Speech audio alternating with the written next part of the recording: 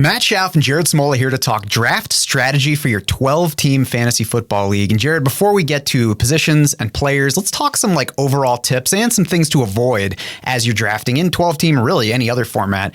It all starts, of course, with using unique rankings. I mean, anybody who's watching this video or visiting DraftSharks.com is clearly looking for that. And that's pretty self-explanatory. If you're drafting from the same set of rankings as everybody else, whether that's ADP in your draft room or something else, then you're not drafting differently from everyone. So you want rankings that are different, clearly. Yeah, sure. I mean, go look at last year's ADP, which is basically consensus rankings, right? And then look at how these guys actually finish in fantasy points. A lot of guys are going to be way, way off. So it's kind of our job to find where the consensus ranks are going to be wrong. If you can do that better than your competition, you're probably going to have a good draft. You mentioned ADP. Another key tip that we lean on here is weaponizing ADP. What does that mean to weaponize ADP? Because I read that in your draft guide article. Yeah, I don't know if it's like this for you, but for me, ADP is just as important as I'm drafting as my own rankings, right? Because ADP is like having your opponent's playbook, having their rankings, because whether they know it or not, ADP has a big influence on how our opponents are going to draft. So it basically helps us know, who they're going to draft, when they're going to draft them. So if we know that, we can kind of get ahead of the game and kind of plot out our draft, knowing how our opponents are going to end up drafting. And we've both been playing fantasy for a long time now, and this is something that's changed over that time. More people drafting, there's more easily accessible ADP that's sharper. So, at one point you could just get your rankings and draft from them and not really worry about the market. Now it doesn't make sense to do that. You should know the market because it's not only going to help you know when your league mates are going to draft certain players, it helps you to know when you can draft your players. You want to get your guy to a degree, but if you can get your guy 2 or 3 rounds later and get another guy on the way to your guy, that's going to be the better way to do it. Now, your guy feeds right into the next point, which is catching league-winning breakouts. And I mean, that's a focus in any format. That's really the key to the season. We talk about all these strategies and everything else, but the key to fantasy almost every year is getting those guys that just dramatically outperform their draft position, even their expectations. And those are the kind of guys that we're focusing on really at every point throughout our drafts, especially as we get later. Upside is such a key part of winning fantasy leagues. You should be weighing it throughout your draft, which is why we have ceiling projections for every single player that are factored into even our base rankings. How heavily you weigh upside should increase as you get deeper into the draft, right? As I'm in round 12, 13, 14, I barely care at all about the downside from these guys because a lot of those guys are going to end up dropping anyways as we get into the season. You want to prioritize guys who, if things break right, have the potential to at least start for you weekly and ideally be a difference-making fantasy player. Right. Early in your draft, you worry about risk factors. You look at injury. We've got that kind of stuff tracked in the draft war room. But the further in you get, the less the downside risk matters and the more you focus on that upside. That's why we switch into upside mode halfway through your draft, automatically in your draft war room. You can turn that on or off whenever you want, but halfway through your draft, it automatically switches to upside mode. It highlights the ceiling projections and the likelihood that those guys are going to hit those ceilings to really shine a spotlight on those difference makers that we're talking about. We've already got sleeper articles posted. We've got sleeper videos posted that you can see some of our favorites. And like I said, your draft war room is just going to help you find those guys as you draft. So those are things to do. Now, a few things to avoid. It starts by not drafting by last year's results. Jared, you kind of hit on this with the rankings. All rankings are going to be biased somewhat by what happened last year because last year did change the perception from the year before. But you want to, as little as possible, simply take last year's final rankings and use them as the template for this year's drafting. Yeah, current year ADP tends to match last year's Final Fantasy finishes too closely. So it's kind of our job to dig for reasons why production is going to change, either in a positive or a negative direction. That could be injuries that impacted a player the previous year or are going to impact them this coming year, coaching changes, supporting cast changes, aging curves, right? We know some guys are still on the upside of their career. Other guys are going to be heading the other direction. So factoring all that stuff in and try to find out the guys that are going to either disappoint compared to last year or improve compared to last year, that can be a big way to win your draft. And you can now get a very quick view of that by checking our ADP pages for a variety of formats on DraftSharks.com. We've got the market index right there, which, you not only see the ADP where a guy is going, but then you see a comparison versus our ranking for him. See which guys we view as values, which guys are more avoids versus their market prices right now. you don't want to be too rigid in your draft plan. We do all of this so that there is a plan heading into the draft. But if you take your plan and then you adhere to it completely, unwilling to move, no matter what happens in your draft, you're setting yourself up for at least some difficulties and maybe for failure, because every draft is going to be different. Every league performs differently. So we might talk about the way we're drafting. Maybe your league drafts very differently. And if it does, you should be willing to adapt to what's going on, because if you don't, you're going to miss out on value. Yeah, I think this is the most important advice we can give. Like you said, Matt, you need to be flexible in the early rounds, especially hunt for value. You should go into your draft with a plan, right? That's why we do these draft guides. We have our mock draft trainer you can practice. Have a plan, but be willing to change it as different scenarios play out in your draft. And then in the later rounds, you can worry more about team needs. Okay, I do need a fourth receiver at this point. I do need my starting quarterback. Then you can start kind of worrying about that stuff. But early on, hunt for value, be flexible, and then adjust from there. Yeah, and working on these plans and taking all that practice set you up to be flexible. You can know, you don't have to decide during your draft, is this going to work? You're like, I tried this in the mock draft trainer already. I know that it can go down this path. I know I can get that guy there, and I know I can take a tight end at this point. So you're ready for all of those possible variations. And then finally, just kind of ties into what we're talking about. You don't want to pass on value to chase that perceived need. You don't want to get to a point where, maybe your league has gobbled up quarterbacks and you're like, oh crap, I got to get one now before they're all gone. Quarterbacks are never all gone unless you play in an especially deep league, a super flex, a 2 quarterback, just as an example. If your league is going down that path, then the answer might be to say, all right, fine, guys, I'm going to back off quarterback. I'm going to wait another 2 rounds. Then I'm going to put 2 of them together. Yep. I'm either going to play those guys all season, play whichever one breaks out. And in the meantime, I'm going to be collecting the wide receiver, running back value that you're leaving on the board for me. Yeah, and the draft war room is huge for this, right? Because it's always monitoring, 1, what you still need, 2, what's still available at that position, and 3, ADP. So if the draft war room does see that, oh crap, quarterback's drying up, we should get one, it's going to pop them up. But if it sees that there's still a big tier of guys available, it's going to, they're going to stay depressed in the rankings. It's going to say wait another round or 2. I think the chasing value rather than need is especially important in leagues with trading. If you're in a home league where you know that the trade market is always active, it's not bad to leave your draft with surplus of value at running back, even if you have a deficit at another position, just knowing as the year goes on, you're going to be able to, trade from that position of strength to help improve weak spots on your team. And waivers are going to start right away, and we're all going to find guys on waivers during the season to help that team. So let's get into the specific position strategy. We talked about quarterbacks. We're going to start there. We'll go position by position through here. When to draft a QB in a 12-team league, Jared? I think the answer this season and most seasons depends on exactly how you're building, how your league's drafting, and which specific players reach you. For sure. So as fantasy analysts, we tend to be involved in and viewing these drafts where quarterbacks get pushed down. You can get Jalen Hurts, Josh Allen in round 4. You can wait as long as you want. Home leagues oftentimes push quarterbacks up. So that's why I say it varies as opposed to saying this is where you want to target a quarterback. I think there are different touchstones for me at quarterback and tight end, which we'll get to later, that really just allow you to decide how to attack it in your specific draft. For me, it starts with Jalen Hurts in like the late 3rd, early 4th round. Not saying that's who I need to have. Not even saying he's necessarily my top quarterback target, but that's where I start thinking about quarterback. Hurts is discounted by close to a round from where it was going last year. And there's really no reason why, right? He basically returns to the same offense. I think Kellen Moore, offensive coordinator, is going to be an upgrade for him. So I like Hurts. My general thought at quarterback this year is I don't want to wait too long. And I guess what I mean by too long, that's like I don't want to go into the season with Matt Stafford and Kirk Cousins as my 2 quarterbacks. Right? I think there's too many quarterbacks with difference-making upside to kind of survive. Not that you can't win with a platoon like that, but I don't prefer it. That doesn't mean you need to spend an early round pick on a quarterback. I mean, you mentioned Hurts, he's a good option, but you can wait until, I know Jaden Daniels is one of our favorites, and he is regularly available in round 9. You can get him in round 10 sometimes. He's kind of the cutoff for me. If I don't have a quarterback by round 9, I'm going to take Jaden Daniels, the guy that has Jalen Hurts level rushing upside, and I think can be a better passer even as a rookie than he's being given credit for. I agree. Those are my bookends at quarterback, where I start with Jalen Hurts, I kind of end it with Jaden Daniels, and in between, if I reach a point where I don't want the receivers here, I don't want the running backs here, I either have a tight end or don't want one here. Joe Burrow, Dak Prescott, Kyler Murray, all value guys. I'm willing to consider all of those in that range, and I'm also willing to pass because of Jaden Daniels, probably just behind them. And really, if I miscalculate, and even if I miss out on Jaden Daniels, I view Trevor Lawrence and Jared Goff as kind of the safety net there. If I miss out on getting what I want to get, I can even pair those two guys together.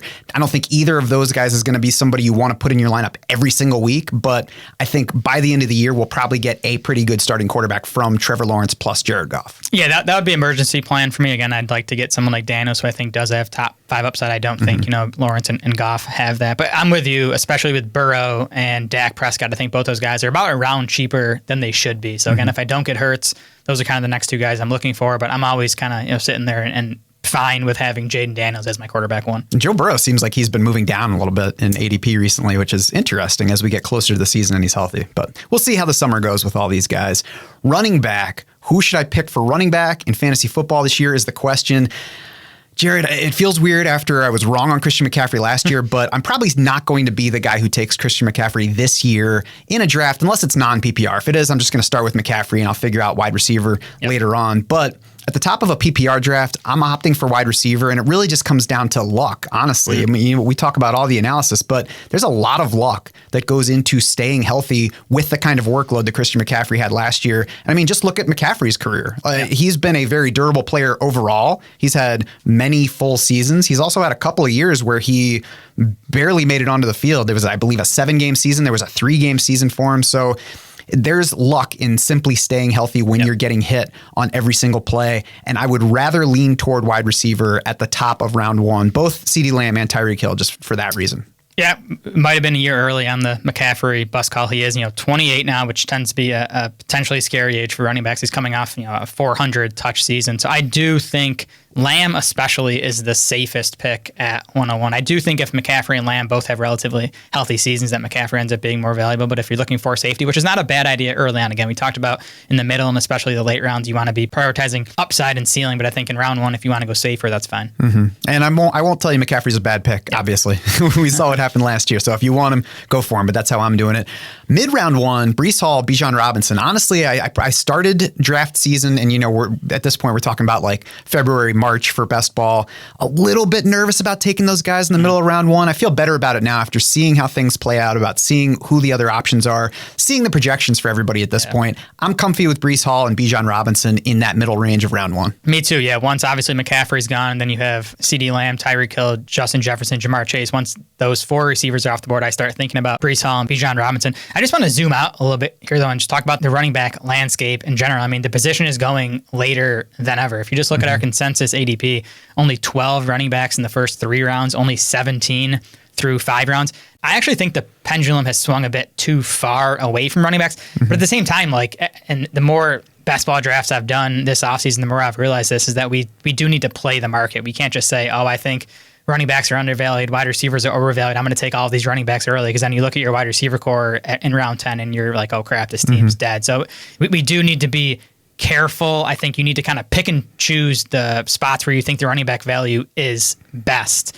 And for me, that tends to be more in the round 3-4 range, maybe then getting into round 7-8, than even round 1 and 2. So I do tend to be leaning towards the wide receivers in these first couple of rounds. Yeah, all of that is part of why I lean wide receiver through most of round 1. And we'll talk about wide receivers in a minute. But round 2 looks pretty good at running back right now. Round 2 and round 3, we've got guys like Saquon Barkley, Kyron Williams, Derrick Henry, Travis Etienne, Isaiah Pacheco. All those guys look very similar to me in terms of expected output and really ultimate ceiling too, when we're comparing them to Jonathan Taylor and Jahmyr Gibbs, who are going around the 1-2 turn in ADP.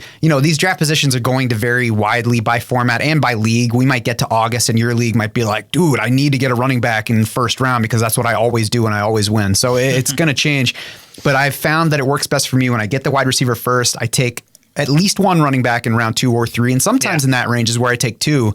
And if that's the case, then I say, all right, I'm all set with running back for a little while. Now I'm going to take 3-4 straight wide receivers, probably maybe mix in a quarterback or a tight end. Yeah, I tend to like my teams best when I have 2 wide receivers and 1 running back through 3 rounds. And the running back tends to either come in round 1, whether it's McCaffrey, Breece Hall, or Bijan Robinson, or usually round 3. And you can get Kyron Williams, as you mentioned, sometimes in round 3. And I know there's risk with Blake Corum arriving, but Kyron Williams was a top 3 fantasy back last year. So I think it's a nice discount getting him in round 3. I think Isaiah Pacheco, somebody mentioned, I really like him as a round 3, sometimes even round 4 pick. And same goes with Travis Etienne. He's usually available in round 3, sometimes even into round 4. I just think as a former first-round pick, still in the prime of his career, he's a pretty safe bet at around 3 or 4. Yeah, I agree. And you talked about the risk, but if you're getting Kyren Williams in round 3 as opposed to late round 1, that takes care of some of that risk. If he busts from round 3, that's not the same effect on your team as if he busts from, pick 11 overall.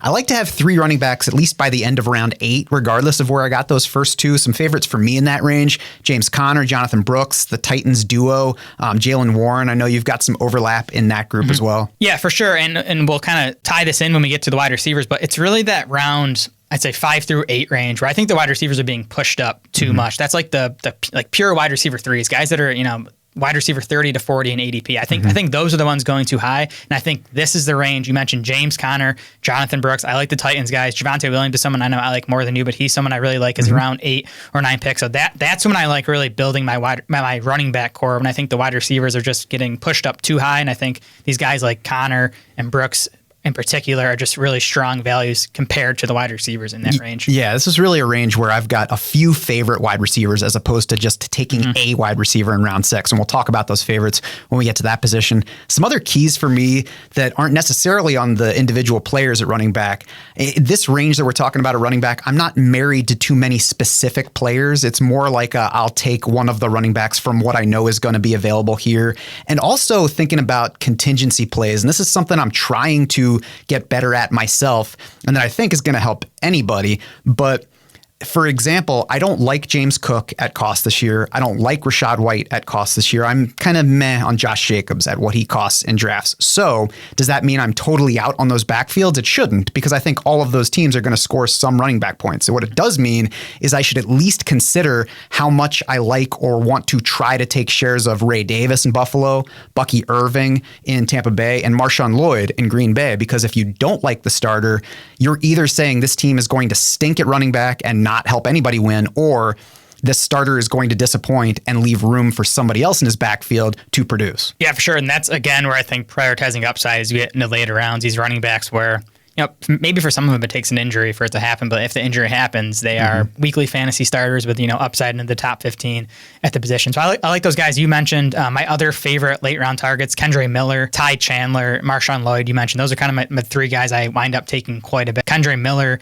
and Ty Chandler, potentially need injuries to really deliver, but even without, I think they could play big enough roles where we can be, using them in fantasy lineups in some spots. Yeah, to me, Ty Chandler is the one that probably needs an injury the most with Aaron Jones there, but we'll see what Aaron Jones has in this particular season. Bucky Irving has been a favorite target of mine. Kendre Miller is my most highly drafted running back so far in best ball. Jaleel McLaughlin is another guy that I would throw in there. We don't really know what his role is going to look like, but you could even pair him with Javonte Williams as kind of an insurance play when we're playing single league as opposed to the tournaments, which have dominated the fantasy scene for analysis, at least to this point. So you don't be scared to get that kind of handcuff where it's insuring a backfield, especially if you're getting Javonte Williams in like round 7, round 8, because you're not betting on him to be a stud from that point. You're just benefiting if he is. What wide receiver to pick for fantasy football? Wide receivers, like I said, they look good to me in round 1, at least through that Justin Jefferson, Amon-Ra St. Brown range. I think he's right there with Jamar Chase and Justin Jefferson, especially in full PPR. I'm a little bit less sure on Puka Nacua and Garrett Wilson at cost, although I'm still favoring those guys over the running backs going at the end of the first round in PPR. And of course, I'm assuming that Breece Hall and Bijan Robinson are off the board when I'm talking about that range. Yeah, I'm with you again. We talked about prioritizing some of these wide receivers early just because how quickly they're flying off the board. And by the way, according to our consensus ADP, 8 wide receivers in round 1, 23 through 3 rounds, 32 through 5 rounds. And that's again where I said by the time you get into round 6, you're into like low end wide receiver 3s. Those are the kind of guys I don't want to be reaching for. So again, I do like having ideally 2 receivers through 4 rounds and really 3 in a lot of cases, so that I don't have to be reaching for those wide receiver 3 types in rounds 6 and 7. Right. And of course that depends on whether you're starting 3 or 2 in your league, exactly what your scoring format is. We have these draft strategy articles for not only the different league sizes but also the different scoring formats. We added half PPR this year. We've got non-PPR, PPR. We've even got 8-team leagues covered this year. So check out the draft strategy article specific to your league to get tips specific to that format.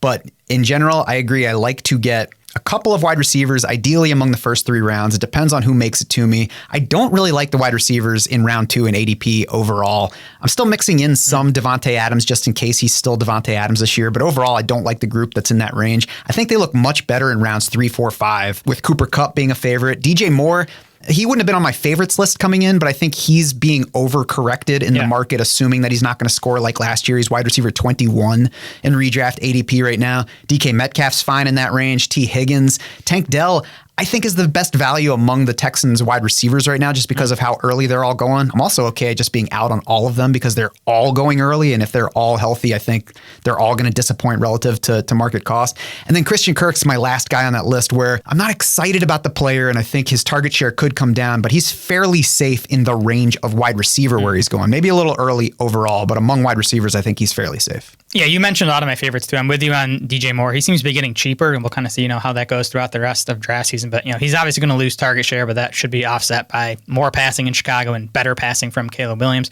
Cooper Kupp's a guy I draft a lot of. T. Higgins I draft a lot of. Jalen Waddle is the one I would add. He's pretty consistently a round 3 pick. I think he can deliver on that price tag with a healthy Tyreek Hill. And we saw, I think it was one game Tyreek Hill missed last year versus the Jets, and Jalen Waddle went over 100 yards, I believe, with a touchdown. Like, if Tyreek Hill goes down, Jalen Waddle could be a top 5 fantasy wide receiver. So I think he's a safe pick at cost with upside to crush his ADP. Yeah, 2 years ago, he was a high wide receiver too, with Tyreek Hill there dominating targets. Yep. So we know that he can be an efficient player. He's well set up to do that. Last year dealt with some injuries, which clearly played in. Talked about the mid-round of wide receiver and picking out some favorites as opposed to just taking the next guy on the board. My favorites in that range: Chris Godwin, Deontay Johnson, Christian Watson, and the thread that connects all of these guys for me is that all 3 of these guys could lead their team in targets, and they are draftable from late wide receiver 3 range into wide receiver 4 range. Yeah, that's the range I like attacking. Again, it tends to be like around 8, 9, 10 after we've maybe taken a James Conner in round 6, a Jonathan Brooks in round 7. I do like Deontay Johnson at cost, Christian Watson at cost. DeAndre Hopkins is my favorite, that I know he's getting up there in age, but no signs of decline last year. We see these, Hall of Fame caliber wide receivers produce into their 30s. Obviously, increased target competition this year from Calvin Ridley, but the Titans are going to pass a lot more under their new head coach, Brian Callahan. So even if, target share drops off, overall volume should remain solid for DeAndre Hopkins. He's like a wide receiver 4 in ADP. I think he, should still deliver, at least higher end wide receiver 3 value. Yeah, and I wrote about the DeAndre Hopkins, Calvin Ridley comparison in both the Underrated Players article and the 10-team draft guides. To this point, DeAndre Hopkins has been the target earner, the better target earner between them, and he has been much more of the peak fantasy scorer. His peak is higher than Calvin Ridley's. He has 2 other seasons that were also higher in points per game than Calvin Ridley's. So he's older. He's 2.5 years older, and maybe DeAndre Hopkins hits a cliff this season. But like you said, we didn't get an indication last year that he's, standing on the edge of that cliff and about to fall. So at the range where he's going, there's more upside than risk. I agree. Underrated guys late at wide receiver, I think: Jacoby Myers, Demario Douglas, and Marvin Mims. And to me, they're similar to what I was saying at running back, where you look at contingency impact.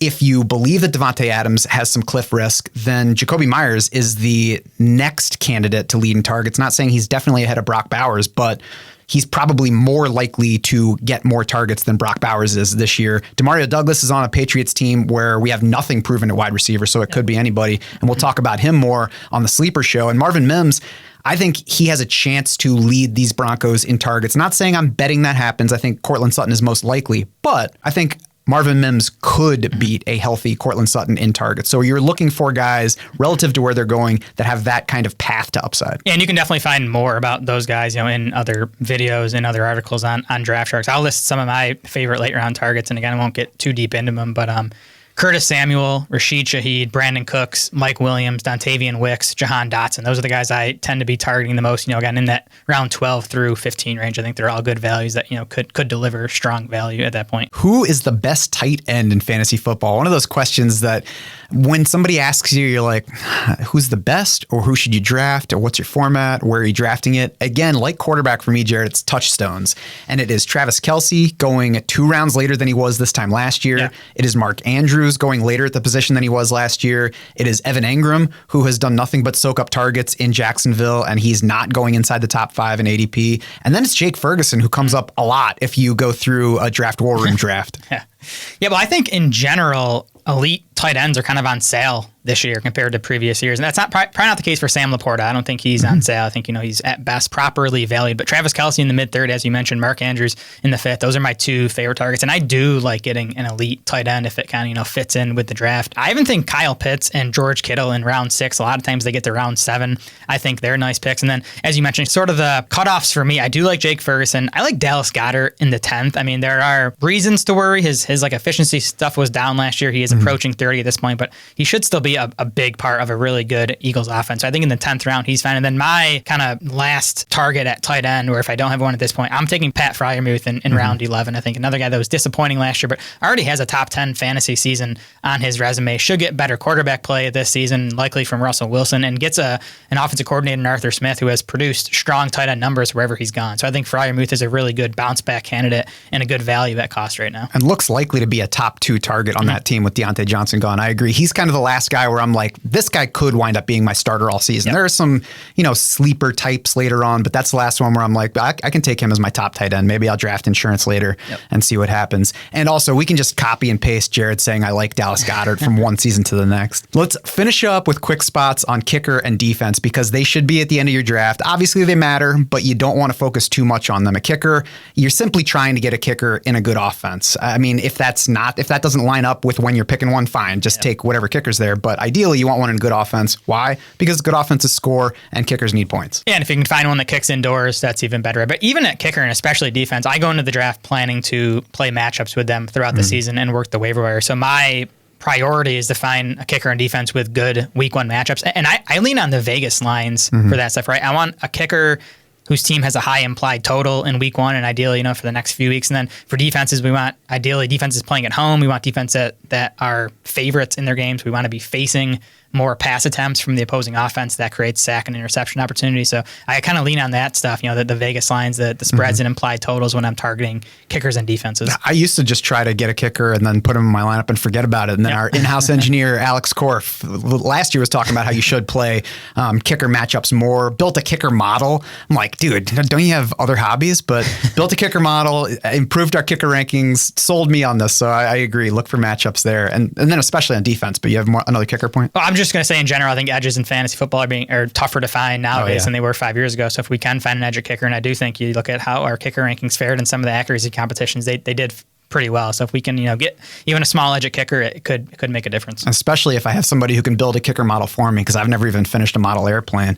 Defense, we have Trust Factor built into the Draft War Room now. That's a new feature. And for defenses especially, it highlights defenses that have those positive initial matchups, downplays those with bad matchups, because that's what you want to do with defense. You don't want to say, hey, which defense should I draft and start all year? None of them is the answer to that one, because there's not a defense that's just going to be good for you every single week. You want to factor in matchups heavily starting from the beginning of the season. This is something, this Trust Factor fixes really what's I think has been an issue for us, because we project for the full season. When we get to August, we'd be like, yeah, I know this defense is 3rd on our board, but I wouldn't actually draft them because they have 3 bad matchups to open the season. Yeah, we didn't really want to fudge the projections because we want to give people accurate season-long projections, but we did want to also, again, prioritize these defenses with good early season matchups. So this Trust Factor was kind of the way to do that. We also have Trust Factor, by the way, at quarterback and tight end. For those positions, it kind of works. If you draft an elite quarterback, a higher Trust Factor, it's going to knock the quarterback 2s lower down the rankings, because you don't really if you do need one, you can wait till super late. Some cases you don't even need one. So kind of same deal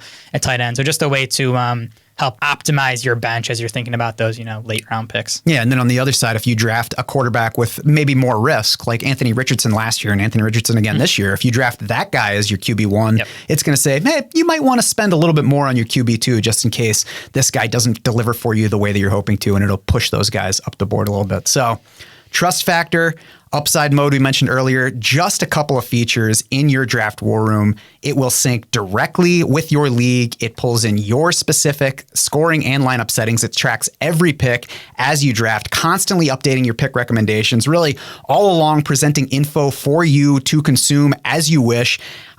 looking at who you should be targeting. It's all built into the Draft War Room to try to help you draft the best team as you go. And there's a built-in mock draft trainer. So after you have it synced, it's got those settings. You can do mock drafts as often as you want to practice in the format in which you're going to be drafting. Make sure that you are ready by the time that real thing rolls around. Like we talked about, you'll be ready to adapt to your draft because you will have already traveled all these paths. You know where they end up. At Draft Sharks, we want to be your unfair advantage.